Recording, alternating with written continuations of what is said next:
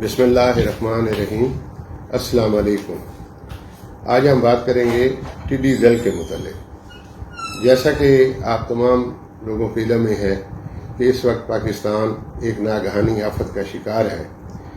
اور اس آفت کا نام ہے ٹڈی دل۔ ٹڈی دل نے بہت برے طریقے سے ہماری تمام فیلڈ کو، فصلوں کو اپنے حصار میں لیا ہوا ہے، اور اس میں خاص طور پر بطور خاص ذکر کروں گا صوبہ پنجاب، صوبہ سندھ اور صوبہ بلوچستان کا، کیونکہ میری بات کا فوکس ہے کاٹن۔ اور ان تین اضلاع میں، تین صوبوں میں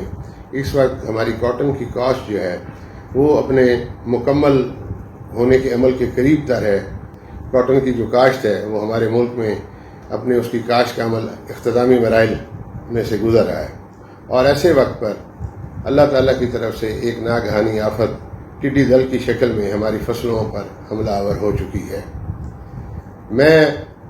اس ٹڈی دل کو کرونا سے بھی زیادہ خطرناک سمجھتا ہوں، اور اگر میں یہ کہوں کہ یہ کرونا سے بھی بڑھ کر ہے اور یہ سپر کرونا ہے جو ہماری زراعت، معیشت اور صنعت کے لیے ایک زہر قاتل ثابت ہو سکتا ہے، تو میں اس میں حق بجانب ہوں۔ اللہ تعالیٰ ہمارے ملک کو کرونا سے بھی محفوظ رکھے، اور اس کے بعد سپر کرونا سے بھی اللہ تعالیٰ ہمارے ملک کو محفوظ رکھے اور اپنے حفظ و امان میں رکھے۔ کرونا اور سپر کرونا میں کچھ چیزوں کی بڑی ریزیمبلنس ہے۔ وہ اس طرح کی سے ہے کہ پاکستان میں کرونا جو ہے وہ بھی ایران کی طرف سے داخل ہوا، اور اس کا جو پہلا پڑاؤ تھا وہ بلوچستان میں تھا۔ سائملٹینیسلی اسی طرح جسے میں سپر کرونا کا نام دے رہا ہوں ٹڈی دل کو، یہ بھی ایران کی طرف سے مائیگریٹ ہو کر پاکستان میں پہلے آئی، اور اس کے بعد اس نے اپنا پہلا پڑاؤ بلوچستان میں ڈالا، اور پھر بلوچستان سے یہ سپریڈ ہو کر اب پورے ملک کو اس نے صوبہ پنجاب اور صوبہ بلوچستان اور فرنٹیئر کو اس نے اپنی لپیٹ میں لیا ہوا ہے۔ ہماری حکومت نے جس طرح غفلت کا مظاہرہ کرتے ہوئے کرونا کے وقت پر جو اس کو کنٹرول بلوچستان میں کیا جا سکتا تھا، اور اس وقت اس کے اوپر سستی کا مظاہرہ کیا گیا، اسے کنٹرول نہیں کیا گیا، بالکل اسی طریقے سے یہ اس ٹڈی دل کو بھی جس طریقے سے بنیادی طور پر جب اس کا پڑاؤ پہلا اس جھنڈ کا آیا بلوچستان میں، اور وہاں اس کے اوپر اٹیک کر کے اس کا وہیں کلا کما کر دینا چاہیے تھا، نہیں کیا گیا، اور پھر وہاں اس مجرمانہ غفلت کی وجہ سے اس کے پھیلاؤ کا آگے سلسلہ بڑھتا شروع گیا، اور بڑھتے بڑھتے اب حالت یہ ہے کہ ہمارے تمام جتنے بھی اضلاع ہیں، میجر کاٹن گروئنگ ایریاز جو ہیں، وہ اس وقت ٹڈی دل کی گرفت میں آ چکے ہیں۔ سندھ کاٹن گروئنگ ایریا ٹڈی دل کی بری طرح لپیٹ میں ہے، بلوچستان کے ایریا بری طرح لپیٹ میں ہیں، پنجاب کے ایریا بری طرح اس کی لپیٹ میں آ چکے ہیں، اور سینکڑوں میلوں پر محیط لاکھوں ایکڑ ہماری اراضی جو ہے، جہاں زمیندار نے دن رات ایک کر کے، خون پسینہ ایک کر کے کپاس کی کاشت کی ہوئی تھی، اب اس کے اوپر ٹڈی دل ہمر آور ہے، اور وہ بری طریقے سے اس کپاس کی فصل کو ختم کیے جا رہی ہے۔ اور بدقسمتی سے آج بھی حکومت کی سطح پر، نہ مرکزی حکومت نہ صوبائی حکومتوں کی سطح پر ہمیں اس کے روک تھام کے لیے کوئی ایسی حفاظتی تدابیر کسی محکمہ کی طرف سے نظر نہیں آ رہی کہ اس کے روک تھام کے لیے کچھ کیا جا رہا ہو۔ ہمارے کسان بھائی بیچارے اپنے طور پر ہی اس کے بچاؤ سے اس کے ساتھ نپٹنے کے لیے اپنے گاؤں میں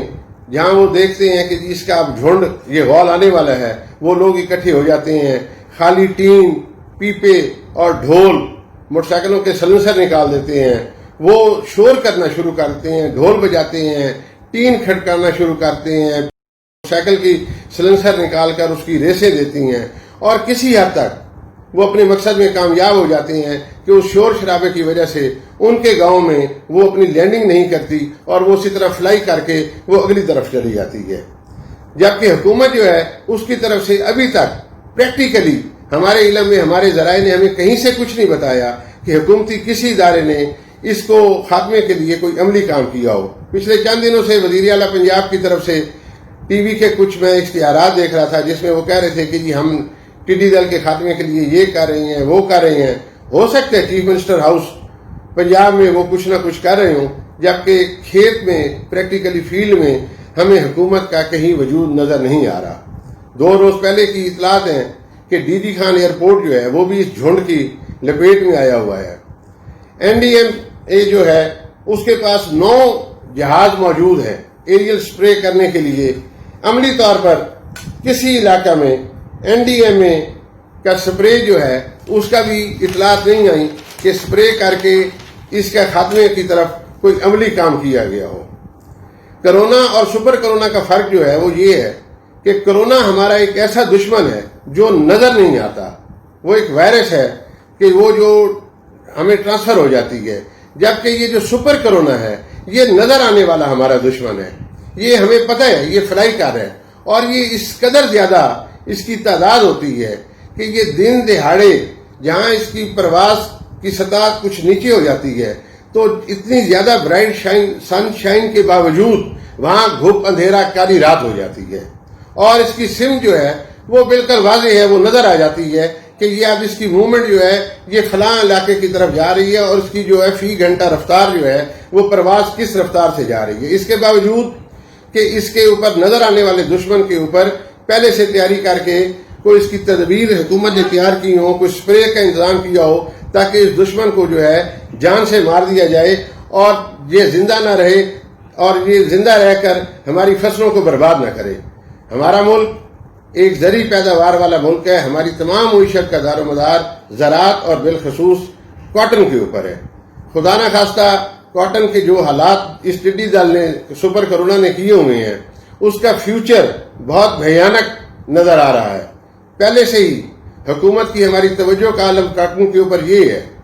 کہ کوئی سرٹیفائڈ بیج نہیں ہے۔ ذمہ دار بیچارے نے پکڑ دھکڑ کر کہیں نہ کہیں سے بیج کا انتظام کیا اور اپنے تجربات کی روشنی میں موسم کو سامنے رکھتے ہوئے کسی جگہ پر اس نے کسی ویرائٹی کی کاشت کر دی، کسی جگہ پر کسی ویرائٹی کی کاشت کر دی اور اس نے اپنی کاشت کا عمل مکمل کر لیا۔ کاشت کا مکمل کرنے کے بعد اب اوپر سے یہ آفت نازل ہو گئی ہے۔ اب ری سوئنگ کرنے کے لیے بالکل بیج کی دستیابی نہیں ہے۔ جب بیج کی دستیابی ہی نہیں ہوگی، جب ہم کاشت کے قابل ہی نہیں رہیں گے تو اس کے بعد ہم کیسے یہ تصور ہم یہ کیسے سمجھیں گے کہ ہمارے ملک کی پیداوار جو ہے وہ اتنے ملین بیل ہوگی اور اتنے بلین روپیز یا اتنے ٹریلین کا ہم اسے زر مبادلہ حل کرنے میں کامیاب ہو جائیں گے۔ نہ تو سرٹیفائڈ بیج کے اوپر ہماری حکومت نے کوئی کام کیا ہے، سرٹیفائڈ بیج کی بہت کمی ہے۔ آلریڈی جو کاشت ہوئی ہے اس کے اوپر جرمینیشن کی پرابلم ہے، 32 سے 35% سے اوپر جرمینیشن نہیں جا رہی، اور 32 سے 35% جرمینیشن نہ ہونے کے باوجود اب دوبارہ جو ری سوئنگ جو ہے جو اب ہمارے کاشتکار کے ذمہ لگ گئی ہے تو وہ 32-35% والی جو بیج ہے وہ بھی نایاب ہے۔ جب وہ نہیں ہوگی تو لازمی طور پر جتنے ایریے پر کپاس کی کاشت ہوئی ہے وہ ایریا مزید سکڑ جائے گا، وہ محدود ہو جائے گا۔ میری حکومت سے یہ درخواست ہے کہ خدا کے لیے کاٹن دشمن پالیسی ترک کی جائے، ملک کے ایکسپورٹ ان کو مد نظر رکھتے ہوئے یہ ایک وائٹ گولڈ کا، اس کے کاٹن کو ہم دوسرا نام وائٹ گولڈ کا نام دیتے ہیں، یہ ایک کیش کراپ ہے، اس کے اوپر توجہ دیں تاکہ ملک کے لیے ہم بہتر زر مبادلہ ارن کرنے کی پوزیشن میں آ جائیں۔ اور زر مبادلہ اسی صورت میں ارن ہوگا کہ جب بنیادی طور پر اس کی کپاس کے مناسب انتظامات کاشت کے کیے جائیں، اس کے بعد اس کو پروان چڑھانے کے لیے مناسب ماحول جو ہے وہ مہیا ہونا چاہیے۔ اب ایک اور بات آنے والے دنوں میں ضرور آپ سے شیئر کروں گا، وزیر اعظم صاحب کی نظر کے نیچے سے اب ایک اور سبسڈی کا عمل جو ہے، ایک اور